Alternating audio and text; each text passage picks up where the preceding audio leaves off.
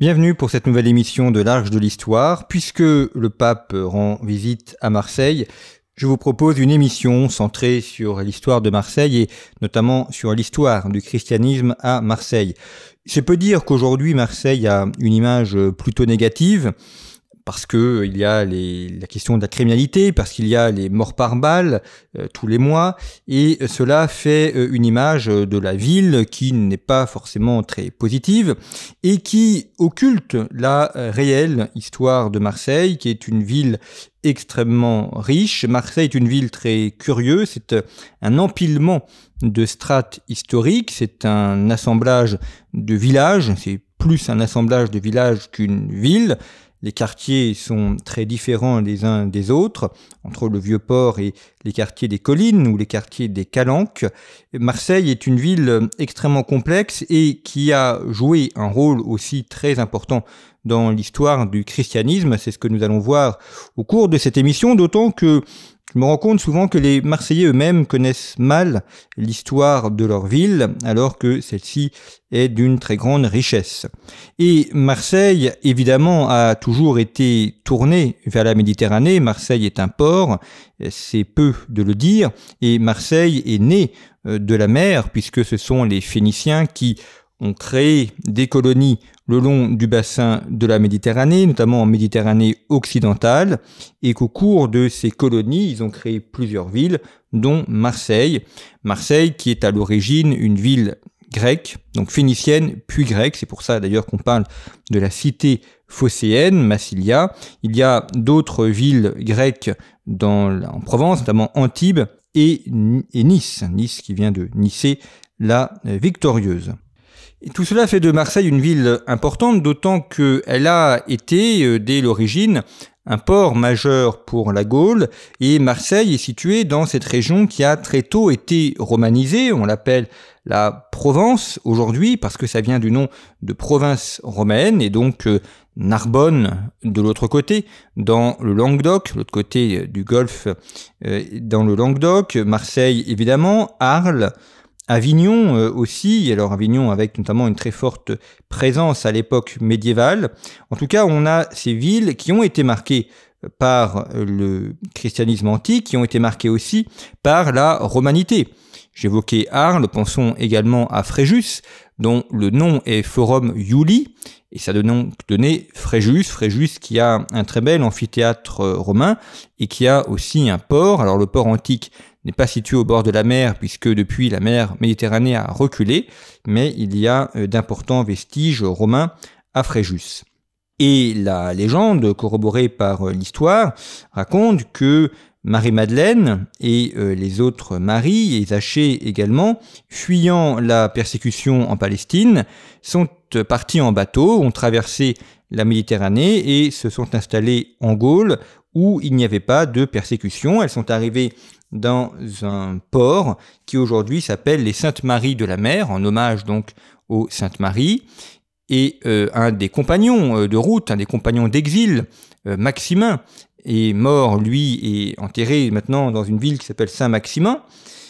Et on a également la Sainte-Baume, où Marie-Madeleine a fini ses jours. Alors la Sainte-Baume, ce n'est pas très très loin de Marseille, c'est après Aubagne, c'est à peu près aujourd'hui à une demi-heure de route environ de Marseille, dans le massif de la Sainte-Baume, et nous avons ce qui était appelé le troisième tombeau de la chrétienté. Il y a le tombeau du Christ à Jérusalem, le tombeau de Pierre à Rome et le tombeau de Marie-Madeleine à la Sainte-Baume.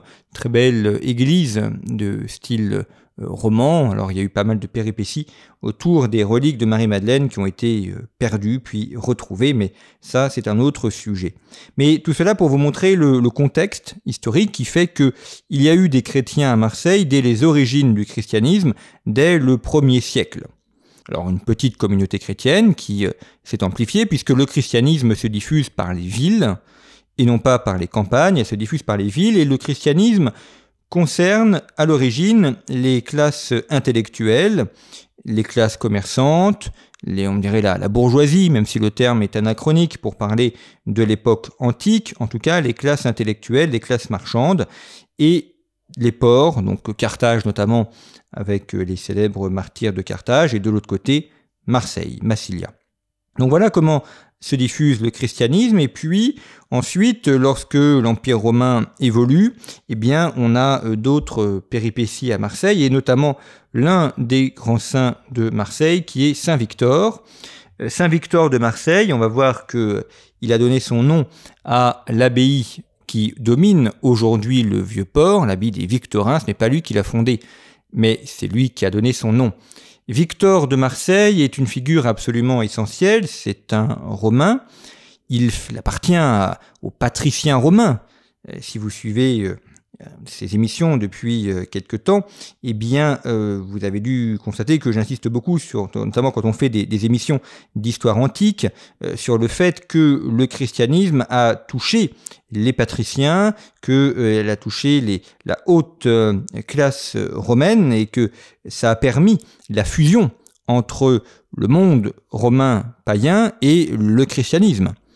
Et donc Saint Victor, c'est comme Saint Martin plus tard, ce sont des personnes qui appartiennent à l'élite de la romanité. Victor est un officier de l'armée romaine, il appartient à la célèbre légion thébaine, la légion thébaine qui a été massacrée parce qu'elle a été composée quasiment exclusivement de chrétiens, et elle a été massacrée parce qu'elle a refusé de rendre un culte aux dieux païens, et donc elle a été abattue.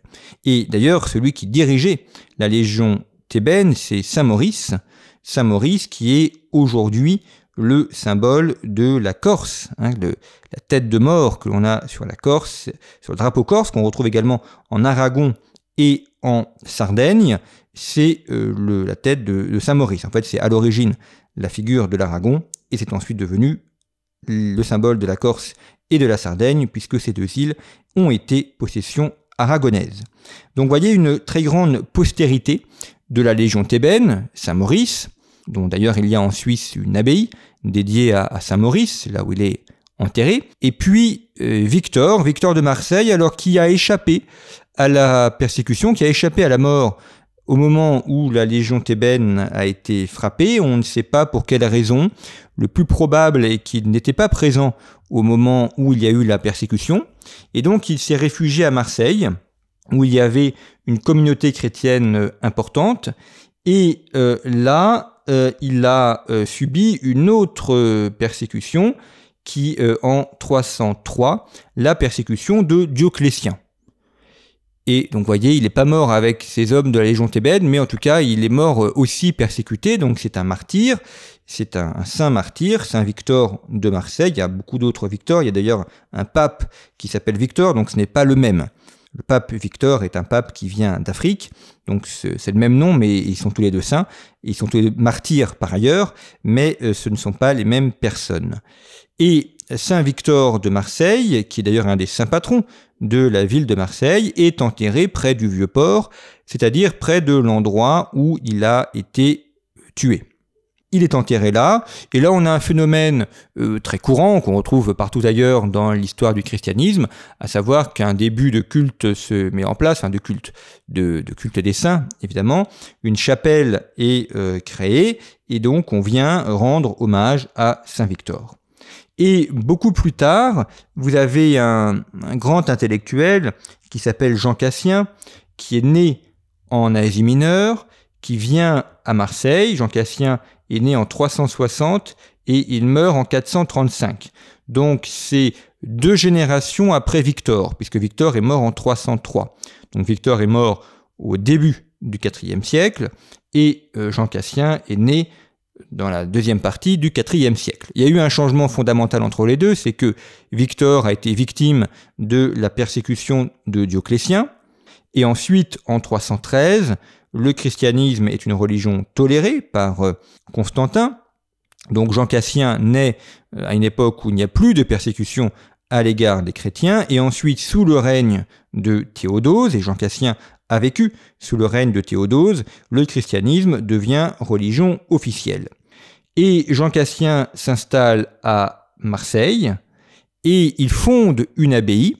Il fonde l'abbaye à l'endroit même où Victor a été enterré. Et c'est pour ça qu'il appelle cette abbaye Saint Victor. Cette abbaye existe toujours, elle a été largement remaniée, elle a été fondée au IVe siècle, mais largement remaniée. Les bâtiments que l'on voit aujourd'hui de l'extérieur datent du XIIIe siècle, et cette abbaye domine toujours le vieux port de Marseille. Et malheureusement, souvent, quand les gens vont au vieux port, ils passent devant cette abbaye et ils passent à côté, oubliant qu'il s'agit d'une des plus grandes abbayes du monde occidental. Saint-Victor, c'est un petit peu le Cluny de l'époque antique. Jean Cassien est un immense intellectuel. Il amène avec lui sa connaissance de tous les auteurs du monde oriental. Il fusionne cela avec le monde romain et Jean Cassien a écrit de très nombreux traités et notamment il a repris la tradition cénobitique orientale afin de l'acclimater à l'Occident. Il établit une règle dont une partie de cette règle a été reprise par Saint Benoît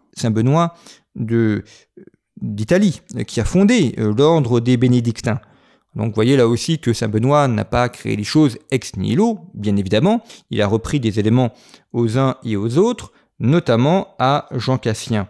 Et il est dommage que Jean Cassien ne soit pas reconnu à sa juste valeur pour ce qu'il est. Il est à Marseille, on verra d'ailleurs si le pape fait référence ou non à Jean Cassien. En tout cas, il est l'un de ces grands intellectuels qui est arrivé par la mer et qui s'est installé à Marseille et qui a fondé cette abbaye des Victorins, qui est une abbaye essentielle. Cette abbaye connaît un bref déclin spirituel sous la période des Carolingiens, parce que le pouvoir politique et intellectuel se déplace plutôt vers le nord, le long du Rhin, et notamment avec Aix-la-Chapelle, et l'abbaye renaît au Xe siècle jusqu'au XIVe siècle. L'apogée des Victorins, ou le second apogée des Victorins, c'est entre le Xe et le XIVe siècle. Cette abbaye Saint-Victor est l'un des pôles majeurs de la théologie occidentale avec Cluny.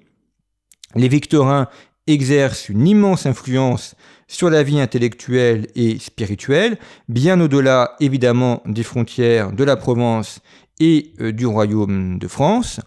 Et il y a notamment un pape qui est issu des Victorins, qui prend le nom d'Urbain V, c'est l'un de ces abbés qui en 1362 devient pape sous le nom d'Urbain V, c'est quand même une consécration d'avoir une abbaye qui fournit un pape, et en plus Urbain V est l'un des très grands papes du Moyen-Âge, donc de l'époque médiévale. Donc vous voyez que cette abbaye Saint-Victor est véritablement quelque chose d'important. On peut aujourd'hui la visiter, le culte est toujours célébré à l'abbaye Saint-Victor. C'est toujours très émouvant de se dire que depuis 1500 ans, il y a des messes qui sont célébrées dans cet endroit. Il y a un magnifique baptistère où là aussi on baptise des païens depuis 1500 ans. Ça témoigne de la continuité historique, de la grande tradition historique qui se perpétue et qui se perpétue notamment à Marseille. Alors je fais un petit saut dans le temps. Marseille a été frappée par bien des drames, notamment par la peste. Les maladies arrivent toujours dans les ports et la peste arrive à Marseille en 1720. C'est la dernière grande épidémie de peste noire en France. Nous sommes à l'époque de la Régence et là, il n'y a pas beaucoup de manières de lutter contre la peste. On ferme la ville et on empêche les gens d'en sortir en attendant que ça se passe, que les faibles meurent et que ceux qui ne sont pas morts développent une immunité contre la peste et ainsi la maladie disparaît. Donc le régent fait installer l'armée le long de Marseille pour empêcher les gens de sortir. Il y a une très belle nouvelle de Marcel Pagnol qui parle de l'épidémie de peste à Marseille, très émouvante nouvelle où on voit le drame de cette épidémie, mais il est vrai que les ports sont des lieux soumis aux épidémies. Les ports sont également des lieux soumis aux attaques, notamment aux attaques des barbaresques, aux attaques des Ottomans. Donc Marseille est une ville qui a dû se défendre, et c'est pour ça aussi qu'autour du Vieux-Port, il y a des fortifications, puisqu'il a fallu repousser ces attaques incessantes.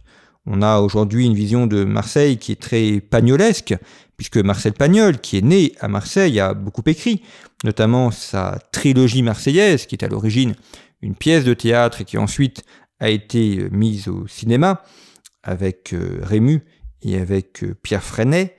Et puis on pense aussi à la série de La gloire de mon père ou du château de ma mère. Ça donne une image assez ensoleillée de Marseille, mais il n'y a pas que ça. C'est une ville qui a connu de nombreux déboires militaires, de nombreux déboires sanitaires et aussi de nombreux déboires criminels aujourd'hui, puisque c'est pareil, la criminalité se développe dans les ports. Et au regard de ça, Marseille connaît un essor, un renouveau du christianisme important au cours du XIXe siècle, notamment avec la naissance des patronages. Et je vais m'attarder un peu dessus parce que c'est un sujet ô combien important. Tout débute avec le père allemand, le père Jean-Joseph Allemand, qui est né en 1772 et qui décède en 1836. Donc c'est fin 18e, début 19e siècle. Lui-même est ordonné prêtre durant la tourmente révolutionnaire. Et dès l'époque révolutionnaire, il développe un apostolat important à l'égard des plus jeunes, à l'égard des enfants, à l'égard de la jeunesse qui est abandonnée. Pourquoi ? Parce que Marseille, c'est une ville portuaire, et donc dans les villes portuaires, il y a des prostituées, il y a des marins qui passent, et donc il y a des enfants qui sont abandonnés. Il y a également une population ouvrière de dockers qui, là aussi, parfois abandonnent ces enfants ou laissent les jeunes dans le désœuvrement le plus complet. Et donc, il y a toute une population comme ça qui est un peu en déshérence. Et le père allemand décide de les prendre sous son aile et de développer un apostolat auprès de la jeunesse. Il crée donc une association en 1799 qui s'intitule l'Institut de l'œuvre de la jeunesse, une association qui a pour but d'encadrer les jeunes, de les faire travailler, de leur apprendre à prier, de leur transmettre les rudiments du catéchisme, de les former à un métier et ainsi de les aider à s'insérer dans la société. La devise du père allemand est une devise tout à fait révolutionnaire. Il aura pour coutume de dire que dans ces lieux de son apostolat, eh bien, ici on joue, ici on prie. Voilà, le jeu et la prière sont les deux piliers de l'apostolat du père allemand. On joue, donc on vient dans ces lieux pour jouer, pour passer des moments agréables. On y vient aussi pour apprendre, pour se former, et on y vient également pour prier. Évidemment, le but, c'est de convertir les âmes. Donc il y a une dimension de conversion extrêmement importante. Il s'agit de convertir les âmes, il s'agit de parler du Christ, il s'agit d'apporter le Christ à des gens qui en sont éloignés. Donc ces œuvres d'apostolat visent bien un objectif de conversion et un objectif d'évangélisation. Et tout ça est à l'origine de ce qu'on appelle aujourd'hui les patronages. Les patronages qui ont essaimé ensuite dans tout le royaume de France et qui ont donné notamment, par exemple, le début de nombreux clubs de sport. Je pense à Auxerre, le club du football d'Auxerre qui a été fondé par l'abbé Deschamps, qui a d'ailleurs donné son nom au stade de la ville. Donc le père allemand a joué ce rôle extrêmement important dans la tourmente post-révolutionnaire et il a contribué à développer ces patronages qui se sont ensuite développés. Il y a un autre prêtre majeur qui est le père Joseph-Marie Timon David, alors qui lui est une génération après le père allemand. Il est né en 1823 et il meurt en 1891. Donc il reprend l'idée du père allemand et lui aussi mène un combat important en faveur de la jeunesse. Joseph-Marie Timon David, il y a d'ailleurs un boulevard à Marseille qui s'appelle le boulevard Timon David en hommage à ce prêtre qui a poursuivi l'œuvre du père allemand mais pas de manière officielle. Il en a repris l'idée, mais il a créé lui son propre institut, son propre ordre et notamment il a développé cela et il a encouragé aussi les missions, puisque Marseille devient le port des colonies, devient le port de l'Orient et de l'Afrique, part de Marseille pour se rendre en Algérie, on part de Marseille également pour se rendre en Indochine, l'ouverture du canal de Suez en 1869 a contribué à faire de Marseille un pôle important. Et puis l'arrivée également des populations corses, des populations italiennes, alors certes catholiques, mais qu'il a fallu là aussi ingérer, introduire dans la vie de Marseille. Et comme toute ville portuaire, eh bien, il y a ces problèmes de prostitution, ces problèmes de trafic. Et une des actions du père allemand comme du père Timon David est de lutter contre ça pour permettre notamment aux jeunes filles d'avoir une vie morale et de ne pas se perdre dans ces lieux. Alors j'ai évoqué le père allemand et le père Timon David. Évidemment, on ne peut pas parler du Marseille du 19e siècle sans évoquer la grande figure de Marseille, à savoir Eugène de Mazenod, Saint Eugène de Mazenod. Alors lui, il est un peu entre les deux d'un point de vue chronologique. Il est né en 1782 et il est mort en 1861, donc 30 ans avant le père Timon David. Eugène de Mazenod n'est pas marseillais, il est aixois. Il vient donc d'Aix-en-Provence. Alors il y a une rivalité entre Aix-en-Provence et Marseille, ce n'est pas du tout la même ville, ce n'est pas la même tradition. Marseille est une ville grecque, Aix est une ville romaine. Aix est une ville de droit, c'est une ville où il y avait une faculté de droit, c'est une ville universitaire, quand Marseille n'est pas une ville universitaire. Il y a une université maintenant, mais qui est en fait une excroissance de l'université Aix-Marseille. Et donc on est sur des sociologies, des histoires, des esprits qui sont complètement différents entre Aix et Marseille. Il n'empêche que Eugène de Mazenod est aixois et qu'il est nommé évêque de Marseille. Alors il y a une particularité à Marseille, c'est que normalement les évêques sont calqués sur les départements, et Marseille, qui est dans les Bouches-du-Rhône, eh bien les Bouches-du-Rhône ont deux évêques. Il y a l'évêque de Marseille qui est Marseille et les environs proches de Marseille, et l'évêque d'Aix-en-Provence qui fait tout le reste du département des Bouches-du-Rhône. Donc pour montrer à quel point la rivalité est forte, eh bien il y a deux évêchés officiels dans un même département, ce qui est un cas unique.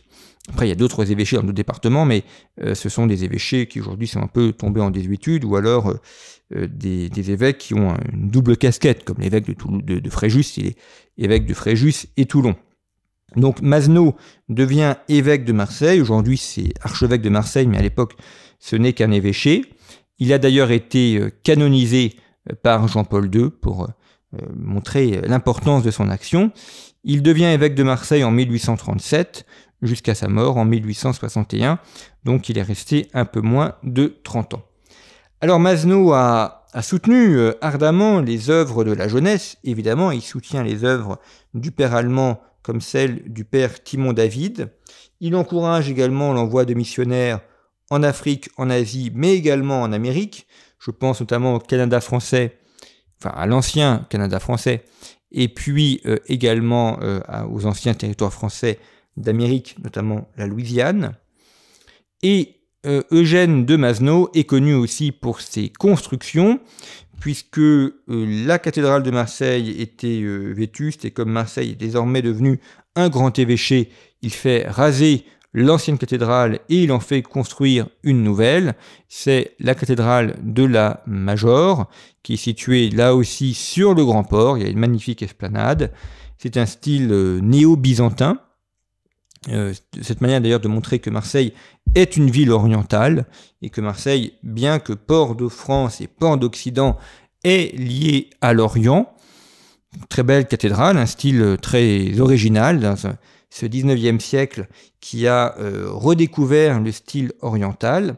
Et puis il y a évidemment la construction de Notre-Dame de la Garde, qui est là aussi aujourd'hui un des hauts lieux de Marseille, un des bâtiments emblématiques de Marseille. Alors ça a été un grand travail que de construire la basilique Notre-Dame de la Garde, parce qu'elle est au sommet d'une colline, souvent battue par les vents, donc il a fallu apporter des blocs de pierre jusqu'à là pour faire l'église. Cette basilique n'a pas été créée là aussi ex nihilo. Il y avait une basilique antérieure qui datait du XIIe siècle, qui était devenue trop petite, donc l'ancienne basilique a été rasée, les pierres ont été réutilisés. Une crypte a été creusée, donc on peut aujourd'hui accéder à la crypte. Et puis il y a le reste de la basilique. Ça fait partie des 3 grandes basiliques qui ont été construites en France au XIXe siècle sur les promontoires rocheux des villes. Il y a Notre-Dame de la Garde à Marseille, il y a Fourvière à Lyon, et puis il y a Montmartre à Paris. C'est une époque, le milieu du XIXe siècle, où la France se couvre de ses églises et de ses monastères. Alors Notre-Dame de la Garde, la construction a été achevée dans les années 1860, mais la Major, elle, a été achevée en 1893, donc Eugène de Mazenod n'a pas vu la fin de sa cathédrale. Il a initié des travaux, mais il n'a pas pu en voir la fin. Et Notre-Dame de la Garde s'appelle comme ça parce que son rôle est de garder Marseille, de garder les marins. Donc il y a une grande dévotion des marins pour Notre-Dame de la Garde. Et il est vrai qu'aujourd'hui, c'est une basilique que l'on voit de partout. La statue de la Vierge Marie dorée est également quelque chose que l'on voit de partout, notamment lorsqu'on arrive avec en bateau au port. On voit cette basilique qui se dégage. Par la route, c'est plus compliqué parce qu'elle est souvent cachée par les montagnes, enfin les collines plus exactement. En tout cas, c'est une cité qui est très attachante, qui est très riche, dont l'histoire est très riche, et c'est cette cité que le pape François va visiter, et on verra quel discours est fait, et sur quels éléments de l'histoire marseillaise il insiste, mais cette histoire est extrêmement riche et extrêmement vaste.